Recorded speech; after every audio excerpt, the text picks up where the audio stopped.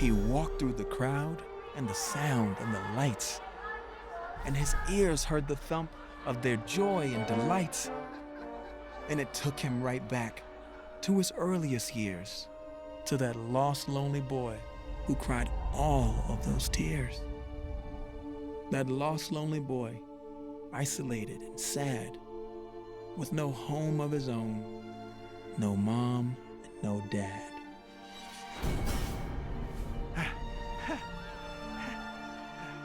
And as the Grinch looked around, he felt downright scared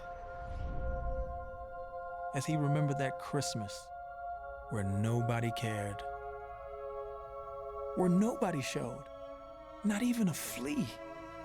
And there were no cards, no gifts, and no tree.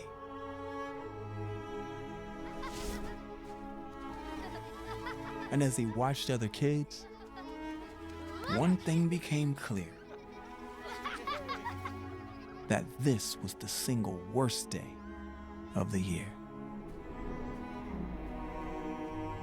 And now here it was, that day once again, and he felt all those feelings he felt way back when he'd watch who's young and old all sit down to feast, and they'd feast, and they'd feast, and they'd feast, feast, feast, feast. They'd feast on who pudding and rare who roast beast, which is something the Grinch could not stand in the least. And then they'd do something he liked least of all.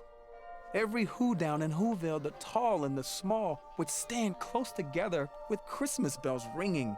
They'd stand hand in hand and the who's would start singing.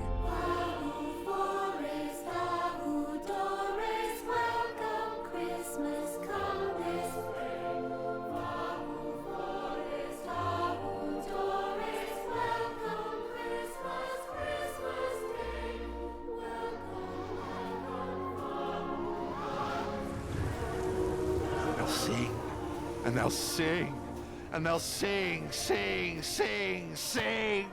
Yes, he couldn't recall without feeling the sting. So the Grinch finally declared, I must stop this